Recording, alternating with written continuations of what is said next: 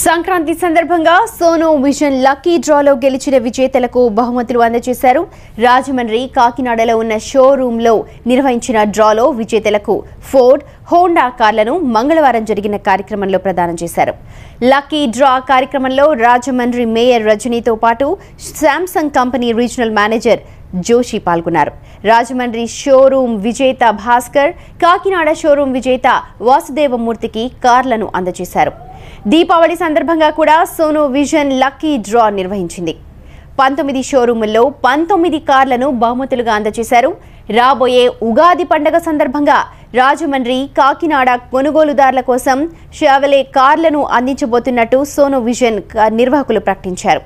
ఈ lucky డ్రాను August 15 నిర్వహించబోతున్నట్లు తెలిపారు.